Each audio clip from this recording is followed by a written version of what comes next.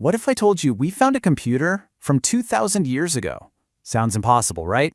Well, today we're going to decode the Antikythera Mechanism. And trust me, this thing is so advanced, it completely changes what we thought we knew about the ancient world.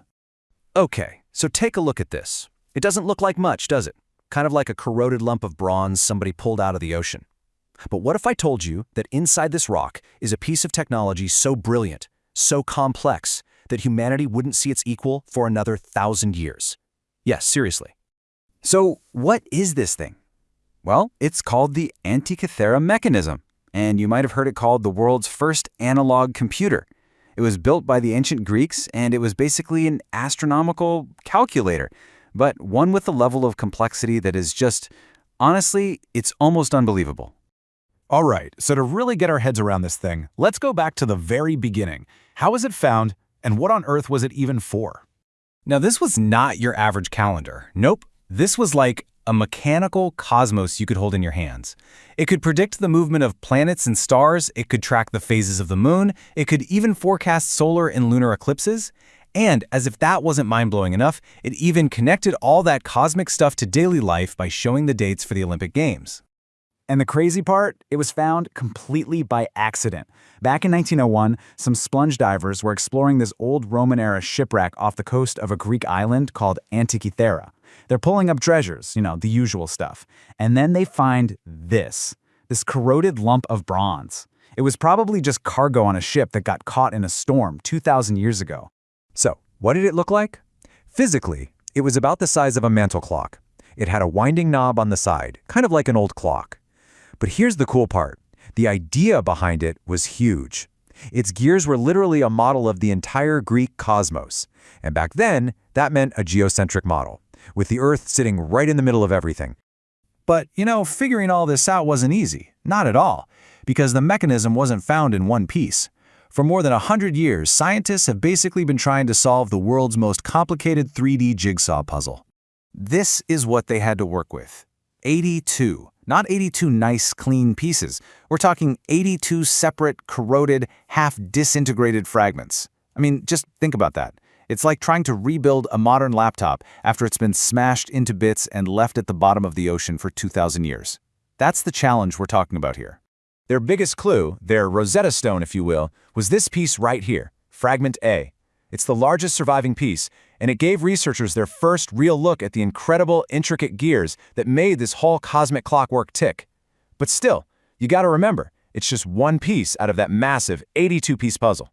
And unlocking its secrets? Well, that's been a very slow burn, a detective story that's lasted over a century. So it's found in 1901, right? But for decades, not much progress. Then, bam, 2006, a huge breakthrough. New imaging tech reveals all these hidden inscriptions, almost like a user's guide etched into the metal. Fast forward another 10 years, and they decode even more, figuring out the cycles for Venus and Saturn. All of this was leading up to something big, a stunning new model proposed just a few years ago in 2021. Okay, so now they have all these new clues. The big question is, how did they use them to finally piece together the original blueprint for this clockwork cosmos? Well, this team at University College London, they did something brilliant.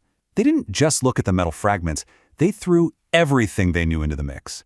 They took astronomical cycles from the Babylonians, math from Plato's Academy, ancient Greek theories about the cosmos, and used those new inscriptions as their guide to put it all together. See, to make their Earth in the center model actually work, ancient astronomers had to get, pretty creative. They noticed planets seemed to move backwards sometimes, so they came up with these complex loop-de-loop paths to explain it. The real challenge for the mechanism's creators was, how do you build a machine with gears that can copy that bizarre looping motion for every single planet? So this was it, the moment of truth. They had the physical pieces, they had the inscriptions, they had the ancient math and astronomy. Was it finally enough? Could they actually create a complete working model of what the front of this thing looked like?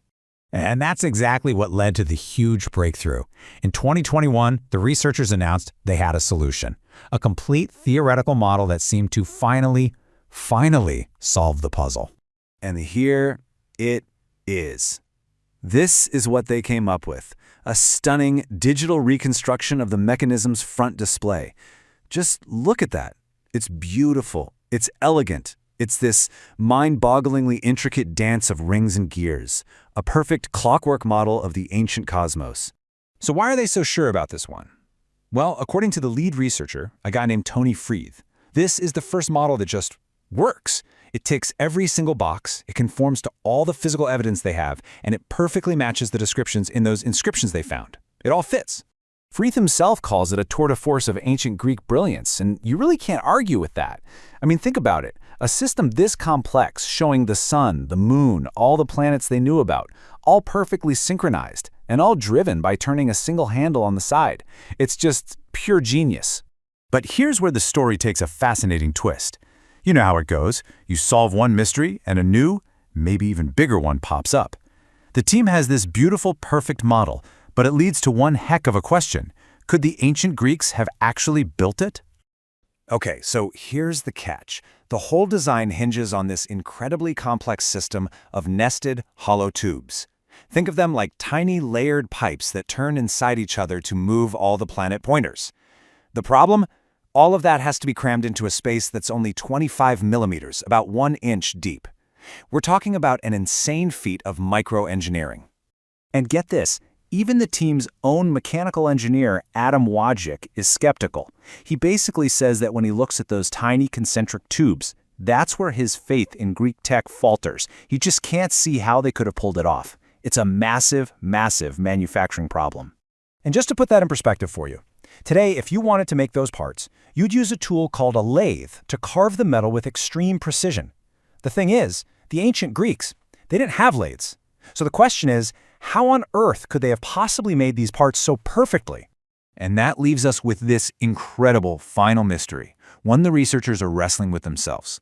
They've designed a perfect machine on paper, but they have no idea if it was even possible to build 2,000 years ago. One of the engineers even joked, unless it's from outer space, we have to find a way the Greeks could have made it. So, what do you think? Is this model the final piece of the jigsaw, or have we just realized the puzzle is way bigger and way more mysterious than we ever imagined?